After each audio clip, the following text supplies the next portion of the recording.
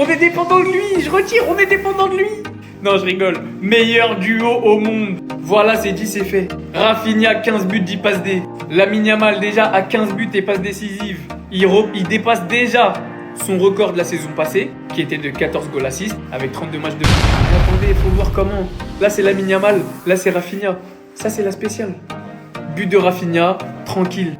Regardez l'extérieur du pied qu'il envoie. Et aujourd'hui, il n'en envoie pas un, il en envoie deux. Celui-là, il est décisif directement. L'autre pour Pau Victor, pour créer le but. Et je vais être franc, la vérité du jour me donne 100% tort. Beaucoup pensent que le Barça est dépendant de Lamine Yamal. Et peut-être que j'ai tort. Pour l'instant, je reste campé sur mes positions. Le Barça n'est pas dépendant de Lamine Yamal. Mais j'ai jamais dit que le Barça était meilleur. Attention, ne faites pas dire ce que j'ai jamais dit. Mais clairement, quand il est sur le terrain, en fait, ses éclairs de génie, on peut pas s'en passer. Aujourd'hui, sa première mi-temps, elle était vraiment très moyenne. Et pourtant, en deuxième mi-temps, il vient décisif sur les 3 buts. Penalty, une passe décisive, une avant-dernière passe. C'est de la folie ce qu'il fait. On va pas rappeler son âge encore une fois. Mais ce duo-là, j'ai pas les mots. Pour moi, on est clairement sur le meilleur duo d'Europe actuellement. Et je sais pas si vous avez remarqué en deuxième mi-temps, quand le match a commencé à s'emballer, les petites combinaisons entre eux, on voit qu'ils se kiffent, on voit qu'ils s'aiment, on voit qu'il y a une connexion sur le terrain. Qu'est-ce que ça fait plaisir. Quand on voit les stats et le football proposé par ces deux hommes, je dis pas qu'ils vont gagner le ballon d'or, je suis pas teubé. Je dis juste qu'il y a un monde où l'un des deux peut aller chercher un top 5. Voilà. Je m'arrête sur Baldé. Aujourd'hui, j'ai vu la lumière. Aujourd'hui, Baldé a fait des centres, les gars. Attendez, je répète. Aujourd'hui, Baldé a fait des centres, les gars. Alors, je m'enflamme pas, c'est toujours pas Jordi Alba, mais j'ai tendance à remarquer sur les derniers matchs, alors il y en a très peu qui passent, parce que souvent c'est des centres contrés, parce qu'il part de son côté gauche. Et ces centres, c'est toujours la même chose. Il est en face à face avec son défenseur, il prend de vitesse sur son côté gauche, il centre. 90% du temps, c'est des centres contrés. Ça reste à travailler. Mais on a un Baldé qui dédouble beaucoup plus, qui rentre plus du tout sur son pied droit quasiment, chose qu'il faisait systématiquement sous Xavi. Et on a un Baldé qui centre. Et on a vu des petits centres intéressants. Et j'ai l'impression que sous Hansi Flick, c'est quelque chose qui travaille. Et alors si c'est le cas, là on commence à parler football. Si on commence à avoir un Baldé qui assure défensivement, parce qu'aujourd'hui il a assuré vraiment comme un chef, et qu'en parallèle de ça, on a un Baldé qui se met à avoir un apport offensif par le centre et par la passe, qu'il arrête ses diagonales de fou pour toujours rentrer dans l'axe alors qu'il n'a pas de pied droit, et on va avoir, là, on peut parler potentiellement d'un des meilleurs joueurs à son poste. Donc je fais une petite parenthèse parce que Baldé, c'est vrai qu'il est énormément critiqué, surtout sur sa qualité de centre, surtout sur le fait qu'il rentrait toujours sur son pied droit. Aujourd'hui, son match, il m'a régalé.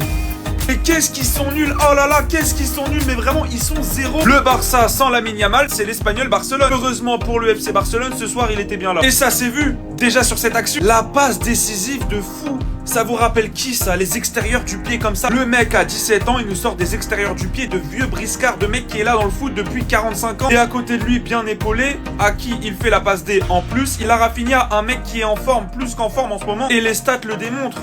21 matchs, 16 buts, 9 passes décisives. Il est en feu. Et franchement, il a besoin. Parce que quand tu joues avec un mec comme ça en pointe, qu'est-ce qu'il est nul. Nous, le Paris Saint-Germain, on a Fabien Ruiz, mais eux, ils ont Ferran Torres. Eux aussi ont de quoi se critiquer. Eux aussi ont de quoi se plaindre. Surtout quand tu vois la doublure. Pau Victor lui met une vitesse. Pau Victor est bien meilleur que lui. Et il l'a prouvé ce soir. Il rentre. But direct. Non, franchement, on voit que le FC Barcelone sans Lamine Yamal, c'est très compliqué, mais quand il est là, ça peut rouler sur n'importe quelle équipe et surtout, ça joue bien. Ça joue plus que bien. Lamine Yamal a 17 ans est déjà le joueur le plus important du FC Barcelone et ça, c'est fort. Dites-moi vous ce que vous avez pensé du match, mais en attendant, allez Paris. Trop, c'est trop. À chaque fois que ce petit joue, il se passe quelque chose. De 1, le match il est un peu chaud pour le Barça. Regardez ce qui sort de son chapeau, un extérieur venu d'ailleurs. Mais c'est pas la première fois qu'il fait ça. L'extérieur du pied pour lui c'est une technique parmi tant d'autres, il la maîtrise comme Quaresma, Modric. Puis ça c'est une technique tranquille, tu vois. Au lieu tu vas lui demander, il va dire mais y'a rien d'extraordinaire. Mais oui, mais c'est toi qui es extraordinaire petit. Il a même pas besoin de lever la tête. Furtivement il prend l'information. Il ouvre son pied extérieur. La balle elle passe à 1 mm du pied du défenseur pour arriver sur Rafinha qui inscrit le doublé. Mais les gars, c'est une dinguerie. Ce petit, moi je l'ai déjà dit et je le redis aujourd'hui. Ce petit est spécial, il n'est pas comme nous. Là de ne pas être comme nous, il n'est pas fait comme tous les autres footballeurs. Il peut tout faire. Il peut mettre des frappes en lucarne, il peut mettre des extérieurs du pied, passes décisives. Il peut marquer, faire marquer. Les gars, Lamine Yamal, tout simplement, à chaque match son geste magique. Ça va être ça sa devise maintenant, à chaque match son geste magique. Il ne peut pas voir un match où Lamine Yamal joue et il ne fait pas une dinguerie. Non franchement, merci pour le football petit, merci pour le football. La patience de Jong. Le Néerlandais n'a pas encore trouvé sa meilleure version après sa blessure et espère que le match à Majorque marquera un tournant. De Jong vit un petit calvaire cette saison. C'est le pire moment du Néerlandais depuis qu'il a signé à Barcelone. Après la grave blessure à la cheville, qu'il a subie le 21 avril et qui ne lui a permis de revenir que le 1er octobre, le milieu de terrain n'a pas encore trouvé sa meilleure version. À Majorque, il n'a joué que 20 minutes, mais il a délivré une passe décisive et marqué un but. L'international appelle à la patience pour surmonter ce mauvais moment qu'il vit, qui a commencé l'année dernière avec 3 blessures dans la même zone, et espère que le match contre les Baléares pourra être un tournant. Hansi Flick a évoqué à maintes reprises la situation de Jong.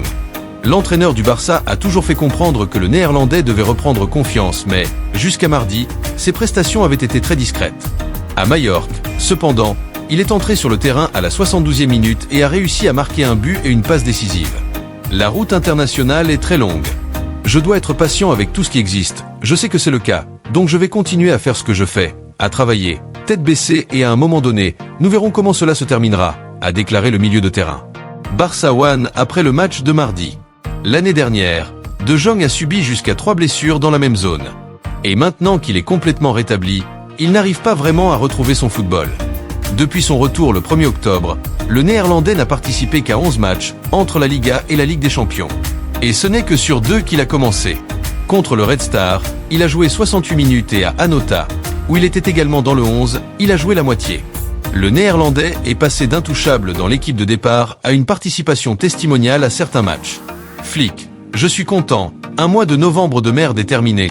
L'entraîneur allemand donne son avis sur la victoire à Majorque.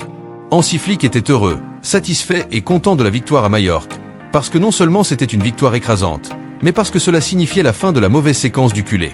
L'entraîneur allemand a admis qu'un bon poids avait été levé après le succès lors du match de Liga correspondant à la 19e journée et avancé par le conflit de janvier de la Supercoupe d'Arabie.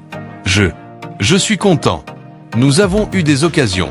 Nous aurions pu marquer plus de buts. Après la pause, nous avons parlé de ce qu'il fallait faire et je suis content de ces 3 points. Nous avons eu des occasions. Nous avons marqué. Je suis satisfait. J'aime que l'équipe se batte pendant 90 minutes ou quelle que soit la durée du match. Je me suis seulement détendu quand j'ai vu qu'il n'avait ajouté que 3 minutes. Je me suis seulement détendu quand j'ai vu qu'il n'ajoutait que 3 minutes. Lamine Yamal.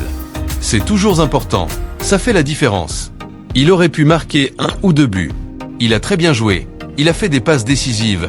Il a une grande qualité. Nous avons besoin de lui. Mais non seulement il a bien joué, mais il d'autres aussi. La défense aussi. Cela n'a pas été facile pour la défense. Car Cubarsí joue comme un footballeur expérimenté, Pedri, Rafinha aussi.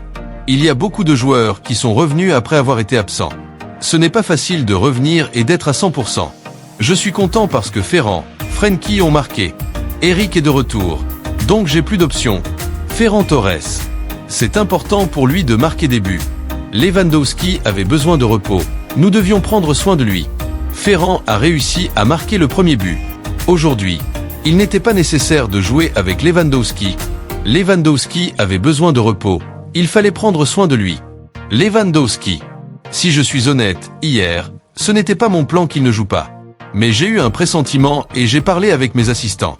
J'ai aussi pensé à la possibilité qu'il se repose. Mais il est très bon, comme nous j'ai vu. J'ai aussi pensé à la possibilité que Rafinha se repose. Mais il est très bon, comme on l'a vu.